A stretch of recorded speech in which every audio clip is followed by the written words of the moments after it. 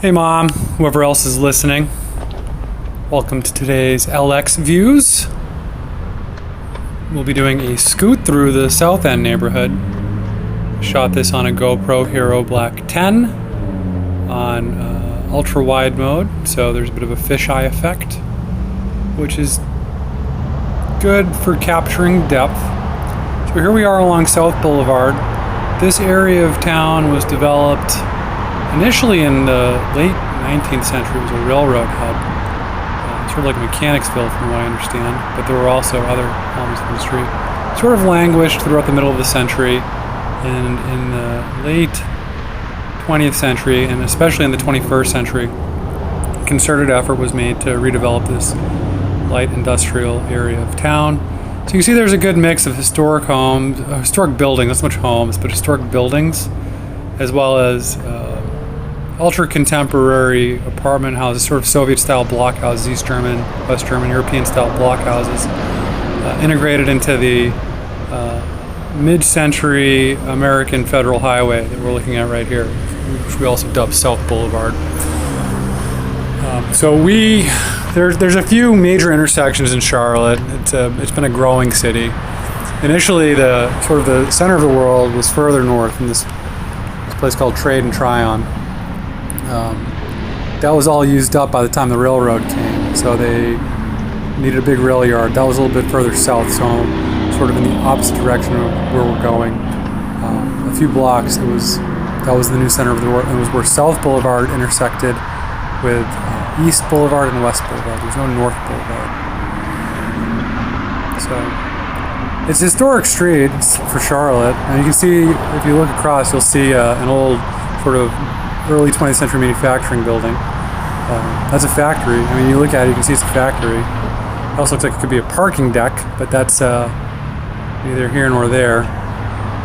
There's the big pink building. That glass was initially supposed to be black, ended up being pink. It has a name. I've entertained the idea of living in those condos. They're from time to time on sale on Zillow. They're affordable enough.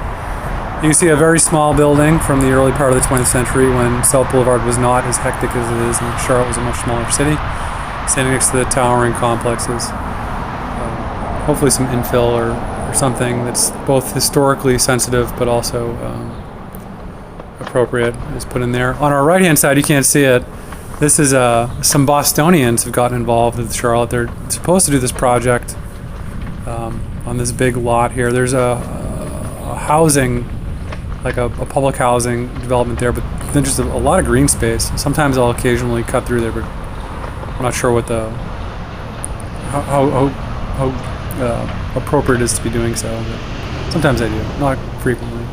So here we are. We're looking at sort of a historic Charlotte apartment building. I think it's the Post building. It's in a what do you call it? Sort of an entertainment district. So this is Carson. On the upper right-hand side, you can see Moorhead Square going in. That's a big new apartment building, or not apartment building, office tower. It's supposed to be 40 stories when it's done. That they're installing on the other side of the inner beltway. It's going to transform the whole area, hopefully for the better. Not that it was bad to begin with, but that particular block was home to the Charlotte Cabaret, which was you had a brother who worked for one of the large financials, which actually has a relationship with Charlotte, so you know what he got into when he was on the road. And it's sort of, it would cater to that crowd. That's less appropriate nowadays, much less appropriate than it was 20 years ago. And for whatever reason, they decided to knock it down and replace it with this big office tower, which ultimately I think is a good thing, but the sign for the Charlotte Cabaret was iconic as far as I was concerned, and hopefully it's found a good home. If nothing for its abstract depiction of the Charlotte skyline from when they first installed it, which I'm guessing was sort of the late 1990s. Apparently, before I got here, adjacent to it was a short-term encounter motel. So if you were out in South End, back when it was kind of an entertainment district, much akin to like Lansdowne Street or Kenmore Square, that used to be sort of the light manufacturing district. East Cambridge. East Cambridge never really got, from what I understand, it's been a while since I've been in that part of Boston, but East Cambridge never really got an entertainment district.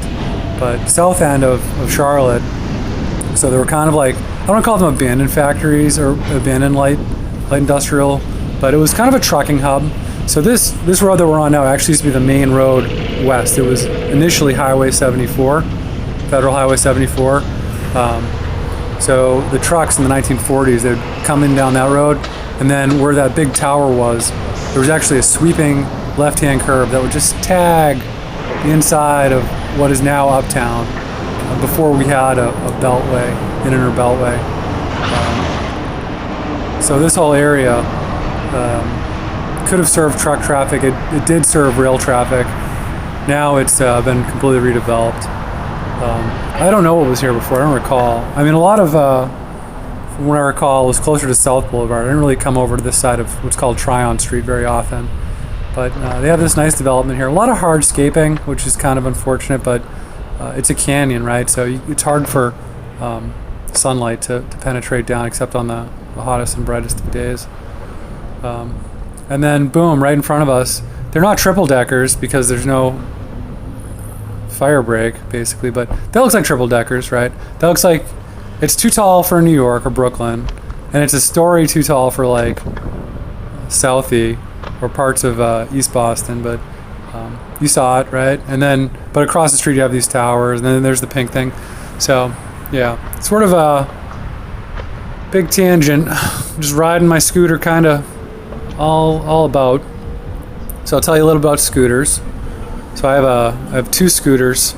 They're both made by a company called Ninebot. I don't know where in China they're made. I'm assuming they're made in Shenzhen, but they were shipped initially through, I believe, Malaysia or Singapore. That's how I got them on Amazon. They didn't say made in China.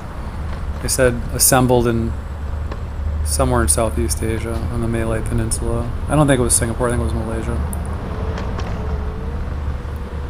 It has 3 settings. One of the settings is, I think it's like turbo, one's sport, and one's eco. So I did all this on eco because I was riding with one hand, and I didn't want to be going too fast in case I just had to like ditch. I wanted to be able to just basically just keep walking. So yeah, but you can see it's slightly trafficked as it is. I did this during the middle of the day. The traffic in South End really only gets busy like Friday nights and Saturday nights, which is unfortunate. The whole point of South End is like, if you're a yuppie, let's just call it what it is. If you're a yuppie, like the whole point of being in South End is that like resort style living, but that means you shouldn't have to take your car out unless you want to show off your car, which, you know, more power to you, I guess, but you're gonna be stuck in traffic. On the left hand side, you can see that yellow porch stuff. That's the motif. So initially, the genesis of this video, I wanted to, look at those townhouses on the right. So for a long time, what was across the street wasn't there. This was going to be like a townhouse style, like Charlestown style neighborhood. They were calling it the Mine District or the Gold District or something like that. But I don't know what happened with the funding. I don't know when that was originally developed. The upshot of it is this is what we're looking at is what's getting installed now, which in many ways is much more efficient. But I don't know. I can appreciate the serenity and tranquility you get just sort of strolling through like a townhouse neighborhood. There are several of them scattered throughout the Northeast, and they're always pleasant, especially when the canopy is all grown in, right? So talking about Charlestown, Massachusetts. There are places in Philadelphia. All of like New York is not all of it is townhouse neighborhoods, but there are extensive townhouse neighborhoods which are fun. I guess on the right we're seeing more townhouses, but they're contemporary, and the landscaping's there. It doesn't have that charm, that sort of historic charm that I think they did a good job capturing with those townhouses that first prompted the sort of tangent. But again, getting back to the genesis of this video. So I had been doing the categorization of the architectural styles, and I wanted to do something similar for South End apartment buildings, but I thought I'd just be able to handle it through editing. But I quickly realized that like just even capturing the scale of these apartment buildings is so large. It takes a minute or two just to encircle one of them, and then they pop up in the distance. You can see them. So I think what I really need to do is like sit down and get a timeline together where I say, okay, I'm going to cover this building. I'm going to cover from these streets at these distances. So who knows? Maybe one day I will. that's not what ended up happening, so we got raw footage. On the left-hand side here, you can see sort of an older home. This was so back behind that industrial-looking building, there's a sign that says, like, this was the elevator to one of the gold mines. So apparently there's a gold vein, or there was a gold vein, is a gold vein. It starts there, and I've seen it written that it continues all the way to the middle of uptown Charlotte somewhere. Although I think it's more closely to Panther, but it's still pretty significant. It's like a kilometer in size. And that whole lowland off in the distance, that's the foundry. So I'm thinking what had happened was that there was mining activity there that was sort of dug out by the middle of the 19th century, and then heavy industry moved in because they had the rail access, and they started doing like foundry work. The foundry's moving to Stanley County, I think, and that whole area is going to be redeveloped. I saw a name for it. That whole part of town gets several names, but it's substantial in size. And what I've enjoyed is they've opened up some of the through streets already, so we're not going to explore them today, but I do use them, which is neat. So here's a side street. I think this is called Church Street. That continues, so it's still part of the uptown grid. But here we're just looking at sort of those old style townhomes. I actually looked at one of these a long time ago, back in like 2020. It looked like it was a little bit of an entertainment district neighborhood. They were sizable. It was good. It just didn't. It was okay. It was fine. But what I'm looking here is for cut-throughs. So all of this stuff in South End I was telling you about, there were these large like industrial parcels for warehouses and manufacturing plants. They went and infilled it with residential, and but all the streets were laid out for trucks, right? It's like, I think it's the same problem they have in parts of Southie, like off D Street, where like they optimized the streets for cars, which is fine, but then they got rid of the stuff, sort of the natural cut-throughs, the cow paths, if you will, that people use to get around places on foot. And I look for those cut-throughs because I transport myself primarily on either bicycle or scooter or something lightweight, and I don't really need the space or the grooming that like a car street would need. So I was looking for a cut through there, and there actually is one. I found it on foot later, and I was able to cut through from the Church Street back behind those townhomes all the way over to, they call it Tremont, it's Tremont, and then to this and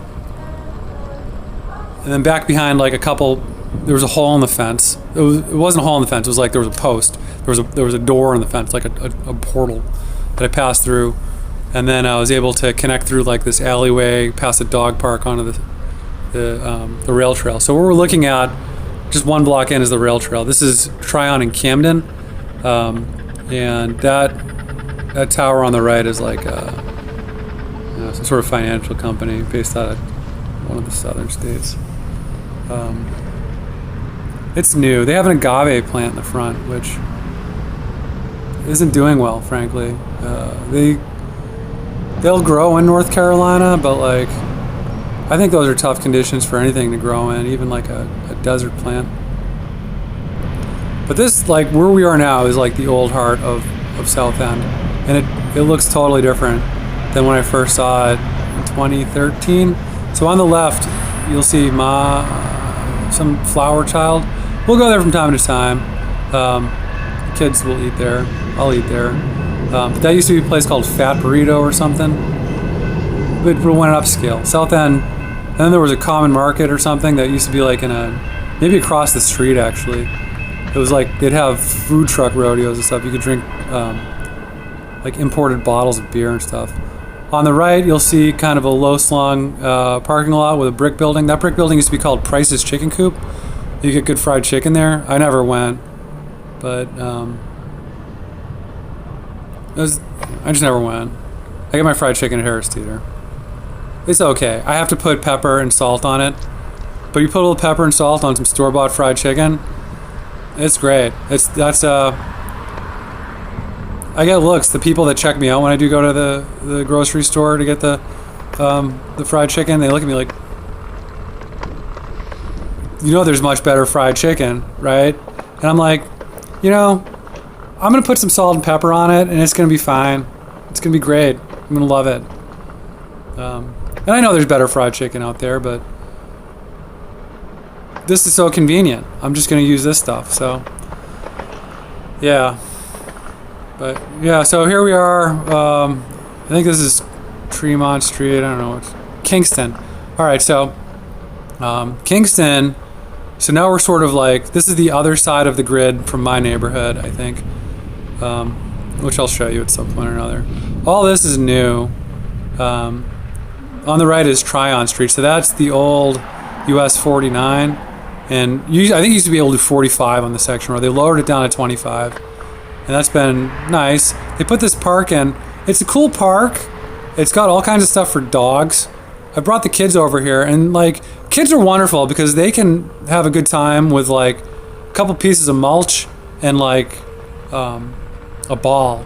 But it would be neat if they had some swing sets or sandbox or something, because there is zilch in South End. And the truth is, yuppies have kids. And one of two things can happen, right? And it's that the parents can move out of the city, or they can just have really bad places to play with their kids. And it's interesting, so some of the private breweries are sort of stepping in to fill the void, but I don't know. I consider myself very European. I'm very American as well, but going to a brewery with a kid and having 2 beers, it is nothing to feel bad about. It's something to be celebrated. Drinking responsibly in front of children it's a proud tradition going back to Egypt, at least, And so I also come from that 20th century tradition where we're still.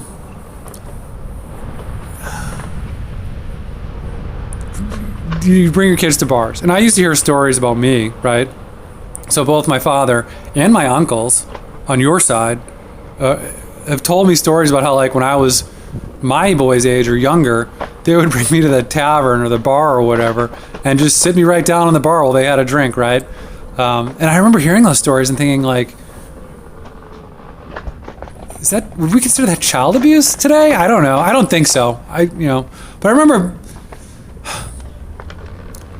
in sort of the less bon vivant days of the late 20th century, that's sort of plus with a lot of my uncles in the program too, right? It just was sort of, it wasn't something to be celebrated. So I always feel a little awkward going to a place where I do have some drinks, frequently outside in gorgeous weather, while the kids play in a place that's safe enough. I don't know, there's still a little guilt there. Maybe I was raised too Catholic, I don't know. But I'm still gonna do it. So looking across the street, you can see that big tower there. That's all residential. That's largely complete. Your grandson and I, in the mornings sometimes, especially when your granddaughter was in school, but his school hadn't started yet, we would drop her off, and then we would come over there and we'd drink some hot chocolate, or really, I don't know, I think we'd just have seltzer water, it was so hot at the time. And we'd watch the comings and goings at that big brick building's construction site. But you could tell even back then they were largely done. But it was cool. Across the street on South Boulevard was this open lawn, and we'd just bring some lawn chairs and just watch. It was fun. It was a unique experience. I hope the boy can appreciate it. So here we are at East and West. This is where East becomes West. Or actually, one block further, past that big old building, and there's the Lowe's Tech headquarters there. So I had some beef with all the development that's happening here, and that's that all those towers there sit on like 5-story parking garages, and I would have preferred that the city work with the commercial real estate developers such that were they willing to build their garages anywhere along the light rail, then they wouldn't have had to have installed the garages on the building itself, or maybe much smaller garages. Because what that's going to be, it's predictable, is that every rush hour the grid's going to be overloaded. The way to the freeway, to the interstate, is along that road there. It's about 1K, about 1,000 meters in the direction we're going. So it's predictable that the place is going to be overwhelmed with traffic when you have 2 major parking garages just emptying out at once. And I would have preferred that the city say, look, just have more floor space. If you want to do like residential or something that just help like smooth your cash flows, whatever, we don't care. But the traffic problem is predictable. The fact that you're building these giant parking garages is counter to our spending billions and billions of dollars on this light rail system. Why don't you build your parking garages on the edge of the system so people who are commuting into the city can enjoy the light traffic until they get to the outer ring roads. They can park at the light rail, and then they can take the 15-minute subway ride into the tower, right? And we won't be unleashing traffic on everywhere, but that's not what they're not there yet. Maybe they'll get there one day. If you look across, you can see another one of those yellow staircases. That's just it's a motif. You'll see the running motif. I don't know if there's like a particular architect who like that's their thing or what. I don't know. It'd be cool to know. So here we are on the old Tryon Street. This is what it all used to look like. It's just kind of just what it's a suburban street, right? I mean, it's got 4 lanes, but it's just like a suburb street anywhere. It's nicer than like some of the suburban streets that are 4 lanes in places where there aren't typically 4 lanes, but the traffic can go so fast. It's supposed to only do 25 here, and they've been doing a better job. But lots of lots on the other side of the street. We gotta get across Tryon, this thing. So on the right hand side, I think this is the actual old like mechanics shop from when they had the railroad depot based factory stuff over here. I was reading the sign, and I think this was like the original South End development, late 1980s. So I mean, this thing's been going now like 40 years, and that's how long it takes to start getting towers, I guess. But it's a cool development. I like those townhouses with like the floor ceiling glass. I have to imagine in the afternoon sun it might get a little warm in those, but in the wintertime, I mean, it's got to be beautiful. Big parking garage, another big parking garage behind. I think that was originally developed as like all of the parking for this whole South End vision, but again, something that started 40 years ago. Oh, this is kind of, I remember I was telling you about the cutting throughs over to Tremont, and then later the rail trail. So that big building, that big glass building, that's where the rail trail is. And I forget where you have to go along this corridor, but basically somewhere along this corridor you can cut through and over, and then you enter the rail trail. That's the whole thing. But anyway, so somebody had a vision for what South End was supposed to be in the 19 whatevers, and late 19 whatevers, and then the various administrations turned, and that knowledge somehow got lost. But in many ways, like, that could suffice for parking had the development been a little less organic.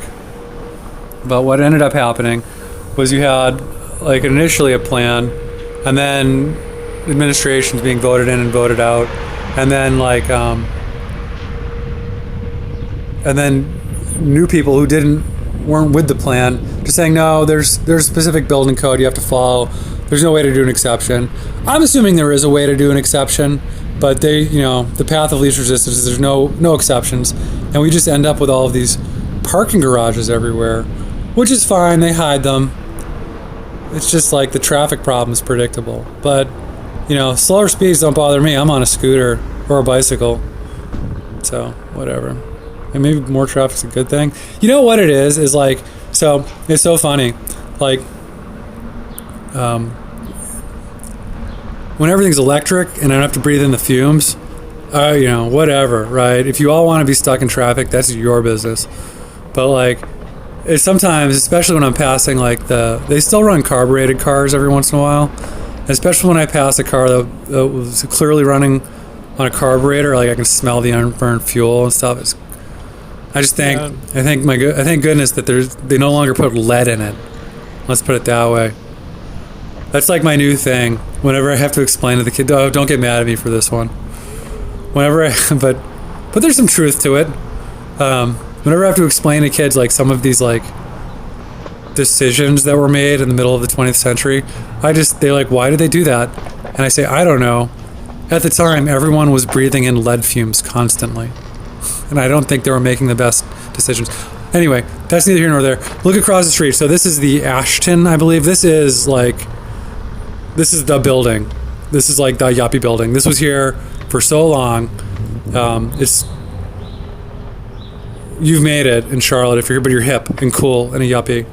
This is like the first building here, and it used to have a great view, but now it doesn't. It still probably does. It's just no longer a great view to the north.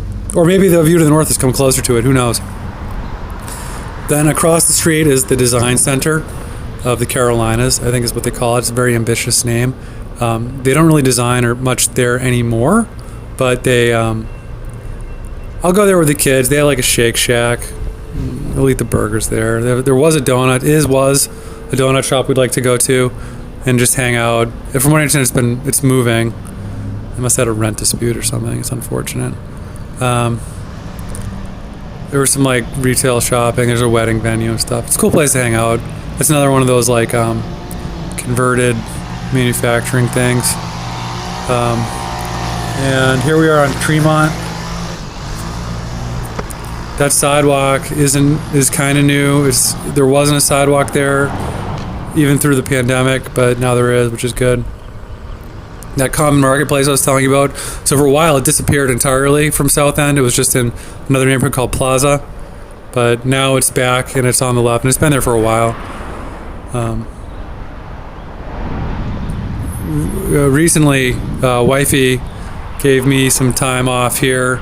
She took the kids on a getaway to the beach and said, you can stay and have some time if you want. I took it. It was great. The first Friday morning I had to myself, so they were gone Thursday night, Friday, Saturday, Sunday morning into the afternoon. So that first Friday morning, I went to the common market and I had a coffee, and I do this stuff where I watch financial news and I take notes and stuff. And sometimes I review it. I don't know.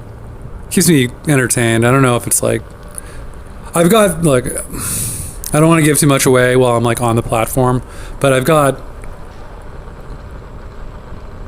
a wish list of things I wish YouTube could support in terms of like all of the commentary that I've placed at this point.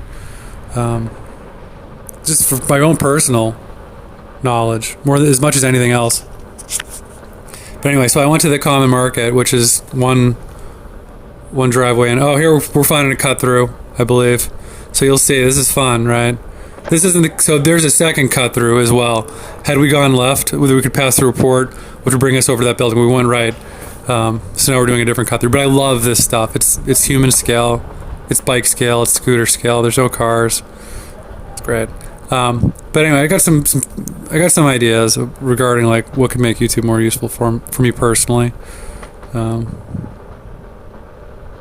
But a lot of it just stems around the commentary that I leave on these things. So I went to the common market. I sat down on the couch. I drank a half and half coffee, and that was like half dark, half light, and yeah, it was great. It was a nice leather couch. I saw the people come in and out. There was like I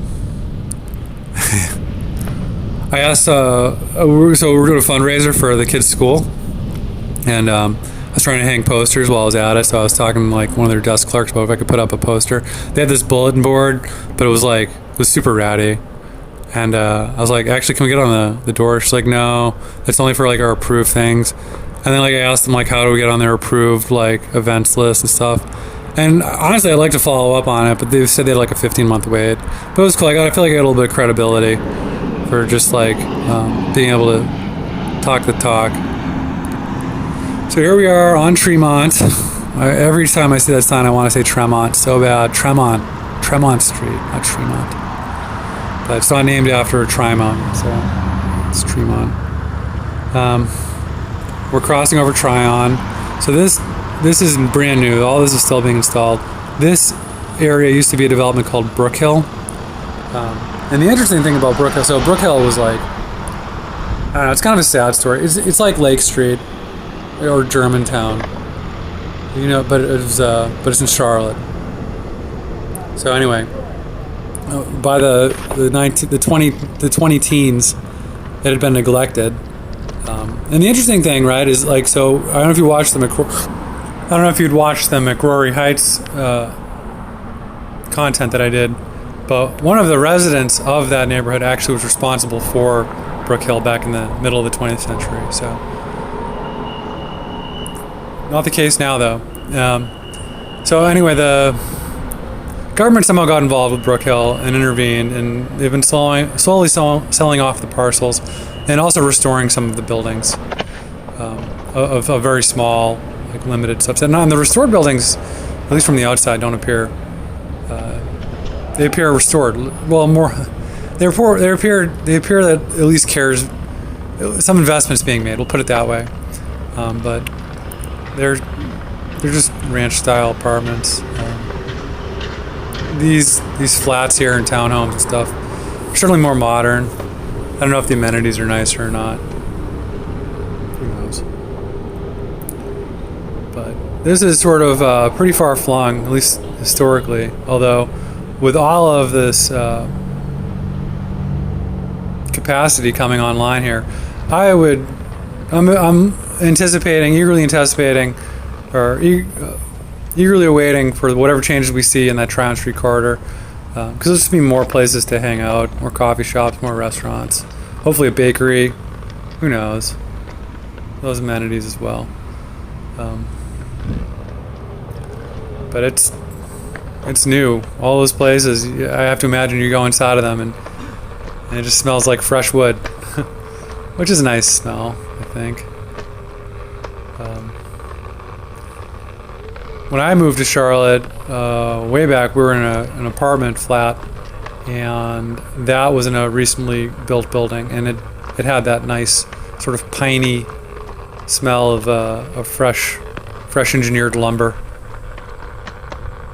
It was nice. But yeah, it's that big field there. That's part of that Brook Hill space, and you can see the buildings on the lower right-hand side. That's what they all looked like. So.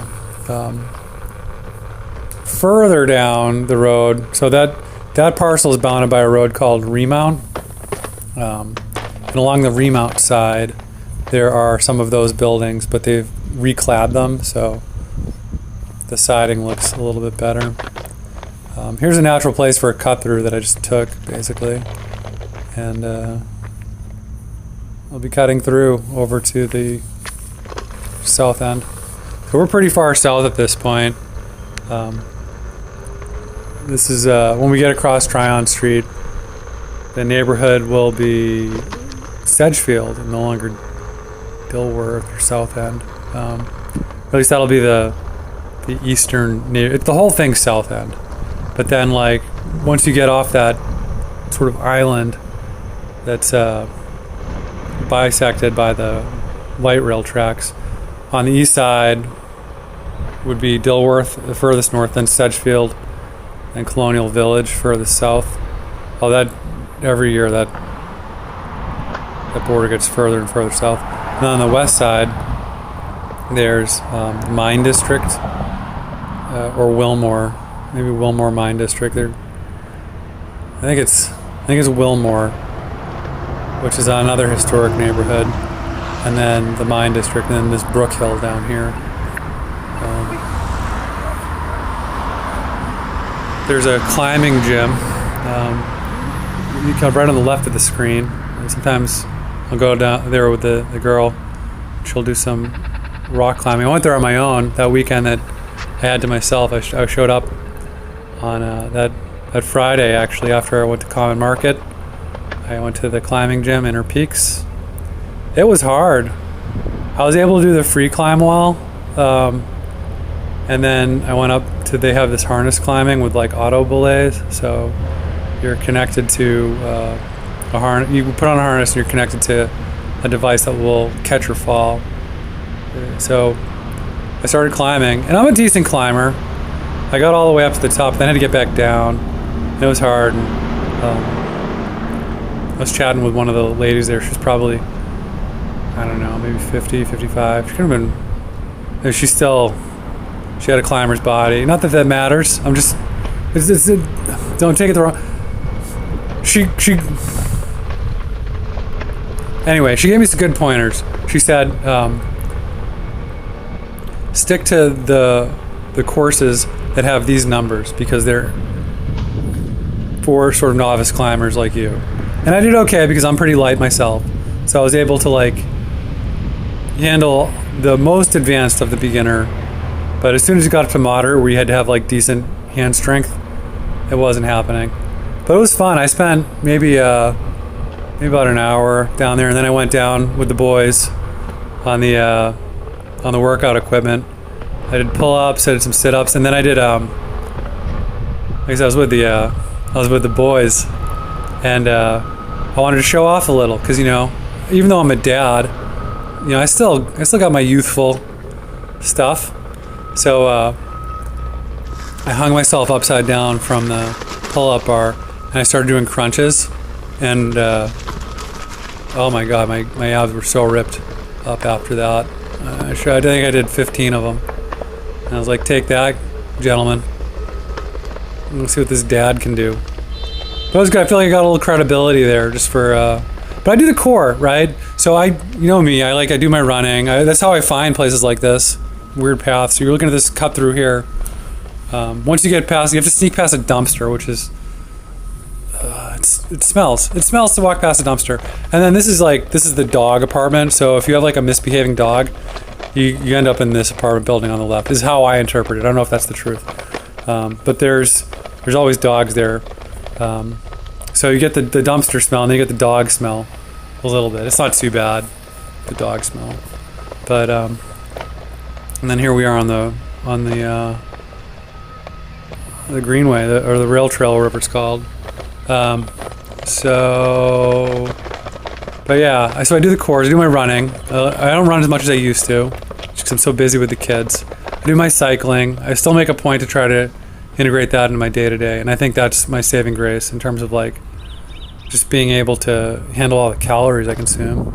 And then twice a week I try to do pull-ups, push-ups, sit-ups. These things I call them backups, but they're basically, I get down on my knees and I like kneel forward and lean forward, and then I sit back up, and it's just to work my lower back when I sit and stuff. And then yeah, so I focus on core. I mean, I do a ton of like ab work, and I do a ton of back work, and that's the most important to me. So I was happy to go into the climbing gym and just show off, like, because it's a weird, climbing's weird. Like you need to have a certain body type. It's like swimming. Like you need to have a certain body type, and it's not quite as lean as the running, biking body type, which I like because I need an upper body. I have all the kids. I have to lift stuff. I'm always doing yard work, and having that helps with climbing. Certainly helps with climbing, but I don't need to be too. It's like I'm hitting a golf ball, where I need power to really drive that ball. It's a little more finesse, so it fits me. And I like it. And here we are on the rail trail. I think this was voted like a national best rail trail in 2009 or something like that. On the left, we're looking at all these buildings here in front of us. I remember that was a green field. It's across the street from a place I got barbecue last night, which was good. I had to yell at I didn't really yell. I guess I kind of had to yell. I'd say yo. So I ordered on the phone. Their online ordering was like, I was having trouble entering my information, and their barbecue's the best. If you ask me, the barbecue's the best. Their mac and cheese is the best. I love their barbecue, but they went a different direction about 5 years ago, and they stopped being like a barbecue joint. They started being more like a bar, which is cool. That was always kind of a bar. It was just a barbecue bar. Now it's just more like a sports bar. They serve barbecue. The barbecue's great. Anyway, but they had a call-in number, so I called it in, and I said, "This is my order." And someone took my order. And it wasn't even like it was routine, which made me really excited. So I show up 20 minutes later on my scooter, and it's an old biker bar. So I'm really excited to roll up on my scooter. I park right in front of the door, like I'm an outlaw on my scooter. I don't care. Only here's why though. Normally I'd use the back door that says hippies use the back door, but it was locked. They said all people use the front door. So I go to the front door. There's no one there. It says please see host for pickup and seating. There's no one there.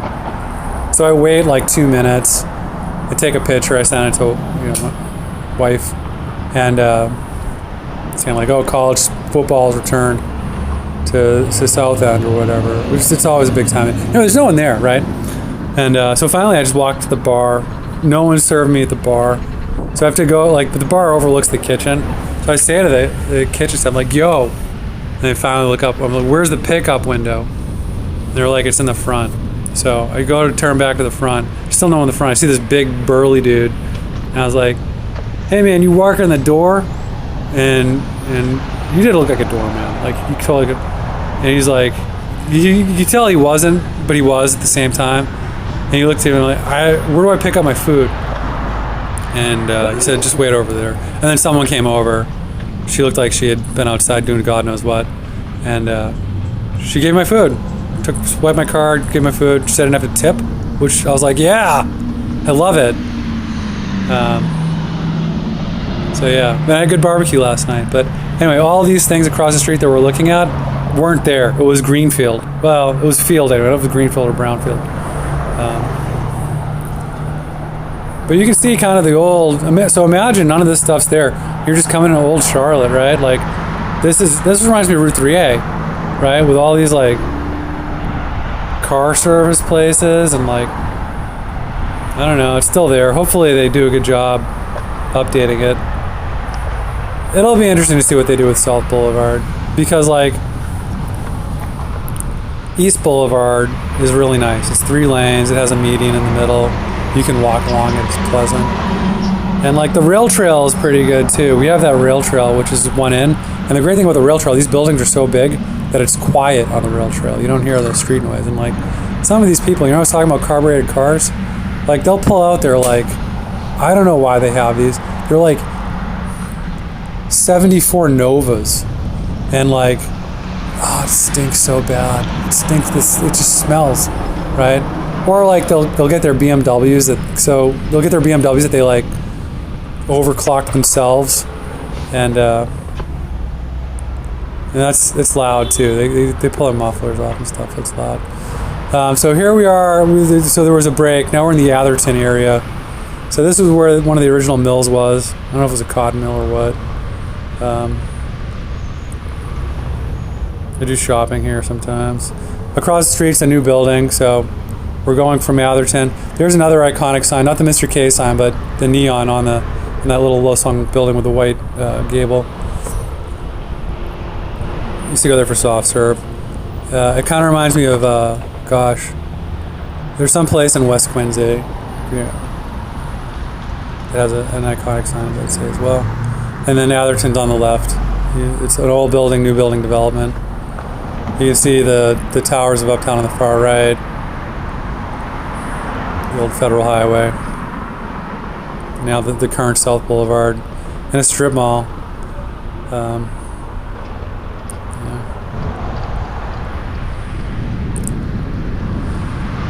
So that's the state of things in South End in 2024. It's a mix. One side of the street's brand new, the side of the street we're on now, a little less brand new.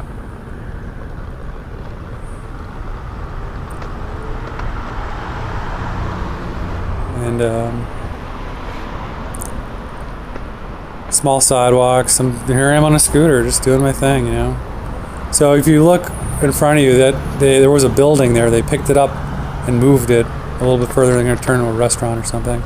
So I think that's if there's going to be a lot of growth happening on the east side of South Boulevard, this is kind of where it might start, because that's a huge parcel. And it's cool. One of my favorite views of the South End skyline is actually a block further in, and it's cool. You get a cool view. It's on like a little bit of a ravine rim, and you can. South End has a skyline. You can see it, but maybe not if they build a big tower there. So I'm gonna enjoy it while I can. There's a piece of yard art there that's a smoker's bucket.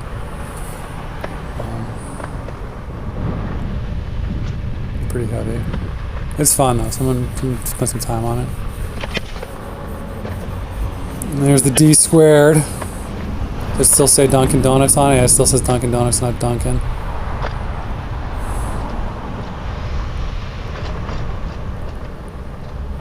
And yeah, big parking garage, followed by low-slung, early 20th century buildings. That's a sort of historic building on the left.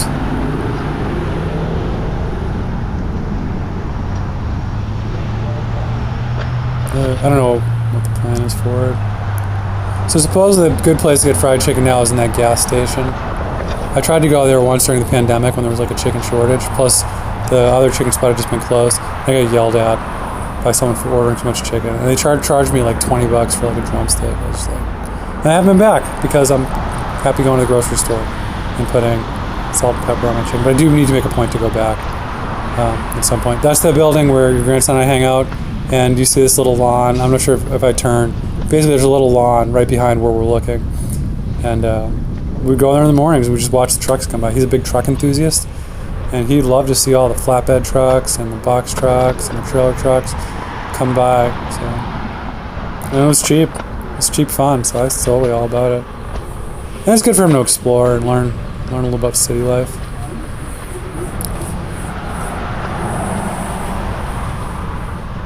And more low-slung buildings. It's I don't know. We're running out of time, so I'm just gonna leave it at that.